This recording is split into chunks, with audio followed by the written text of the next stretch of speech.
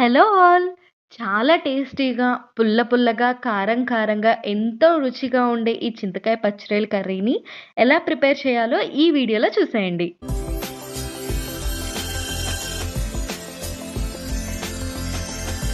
ముందుగా చింతకాయ పచ్చిరొయ్యల కర్రీని ప్రిపేర్ చేసుకోవడం కోసం ఫస్ట్ స్టవ్ ఆన్ చేసుకొని, బాండీ పెట్టుకొని, అందులో 2-3 టేబుల్ స్పూన్స్ ఆఫ్ ఆయిల్‌ని యాడ్ చేసుకొని, మనం రొయ్యల్ని అందులో వేసుకొని, పసుపు, కొంచెం సాల్ట్ వేసుకొని మంచిగా ఫ్రై చేసుకోవాలి.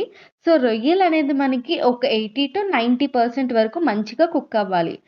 అలా ఫ్రై అయిన తర్వాత పొడుగ్గా చీలుకల్లా కట్ చేసుకున్న ఉల్లిపాయ ముక్కలు అండ్ పచ్చిమిర్చి ముక్కల్ని యాడ్ చేసుకొని, లైట్‌గా మళ్ళీ కొంచెం సాల్ట్ వేసుకొని, ఒక గోల్డెన్ బ్రౌన్ కలర్ వచ్చేంత వరకు ఫ్రై చేయాలి.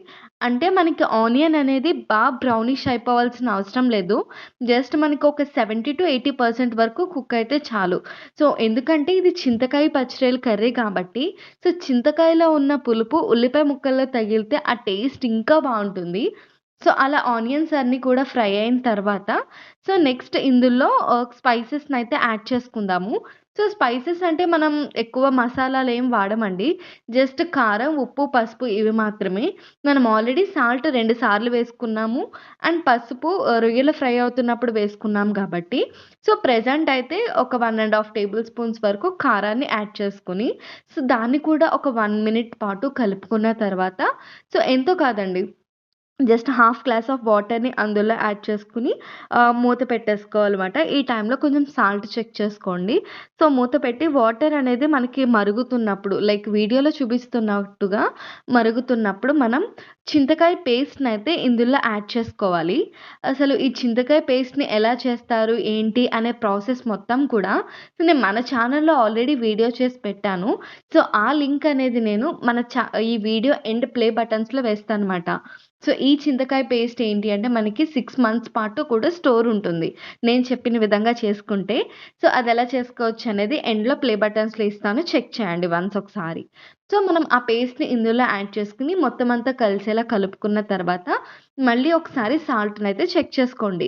ఎందుకంటే పులుపు వేసిన తర్వాత మనకి సాల్ట్ అనేది ఎక్కువ పడతది. ఇంకొంచెం పట్టే ఛాన్సెస్ ఉంటాయి. అప్పుడు మళ్ళీ చెక్ చేసుకొని కొంచెం సాల్ట్ పడితే సాల్ట్ ఏసేసుకొని, ఇంకా మూత పెట్టుకొని సిమ్‌లో పెట్టి ఉడికించాలన్నమాట. అంటే లో ఫ్లేమ్‌లో పెట్టుకొని, మంచిగా ఉడికించాలి. ఎలా అంటే మనం వేసుకున్న ఆయిల్ పైకి తేలి కర్రీ అనేది దగ్గరకంట అవ్వాలన్నమాట. వీడియోలో చూపిస్తున్నాను కదా! అలా అవ్వాలి. ఒకసారి తిప్పుకుందాము. ఎంత కన్సిస్టెన్సీ రావాలి అనేది కూడా మీకు అర్థమవుతుంది. చూసారా? ఇలా థిక్ కన్సిస్టెన్సీ అనేది రావాలి. అప్పుడే కర్రీ అనేది చాలా టేస్టీగా ఉంటుంది. అంతేనండి. మనకి ఇక్కడితో అయితే ఈ కర్రీ అయిపోయింది. నెక్స్ట్ అయితే సర్వింగ్ బౌల్‌లోకి సర్వ్ చేసేసుకుందాం. ఈ కర్రీ ఏంటి అంటే జ్వరం వచ్చిన తగ్గిన వాళ్ళకి నోరంతా కూడా చేదుగా ఉంటుంది కదా! అలాంటి వాళ్ళకి రైస్‌లో ఈ కర్రీ ఏసి పెడితే నోరనేది చేదు లేకుండా పుల్ల పుల్లగా, కారం కారంగా, వాళ్ళకి చాలా టేస్టీగా అనిపిస్తుంది. రోజు తినేదానికన్నా 2 ముద్దలు ఎక్కువగానే తింటారు. ఐ హోప్ ఈ వీడియో మీకు నచ్చిందనే అనుకుంటున్నాను. ఈ వీడియో నచ్చితే please do like, share and subscribe.